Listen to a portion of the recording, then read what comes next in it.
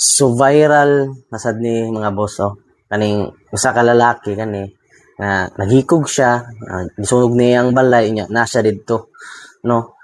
So kay malayong Pilipinas man ta sumatag lang kog komentaryo about ani no. So based sa iyang live no, murag na sila yung misunderstanding sa iyahang mga igsuon. Then napod siya problema, na-depress na siya. Mo sigurong nabuhat ini nganing mga butanga no.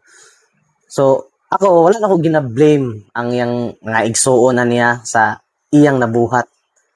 Pero grabe sa gay mo no. Grabe buging mga igsuon na ni ba, no?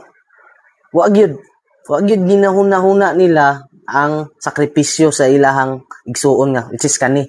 No kay base sa iyahang live, giingon niya sa iyang live nga wa siya katarong og eskwela para lang bantayan ang iyang mga igsuon, no?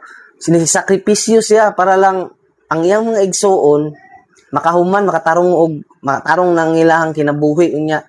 Karon bisi ang giingon need ra niya ka istorya kay dako na iyang problema, no? Kay depressed na siguro siya na gusto niya ma-feel niya ba nga napa siya karamay. Wala na noon, gihimarautan na noon siya sa mga igsuon niya.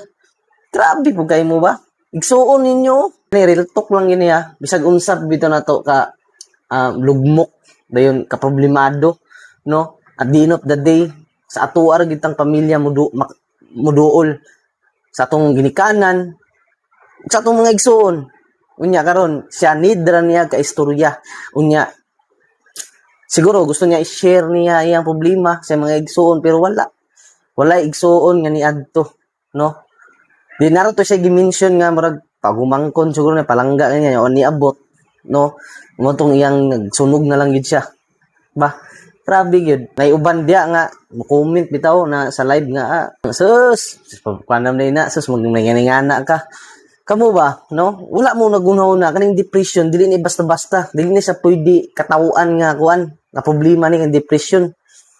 So lisod jud kayo kung ikaw na depression kay makanahuna jud kana bitong wala na gid kay karamay, wala na kay kapagawasan sa imong problema. Mingana ba murag ikaw lang bitaw isa imong giluom tanan, no? Mo nang makauna-una na siya ngani rin dautan. Piece of advice lang yun po ni sa mga mga problema diya nya yung na tumalikayan no sa tagunahon na no sa siguro na sa problema man anxiety na ka di nakakatulog hantod nga ma-depress na ka no.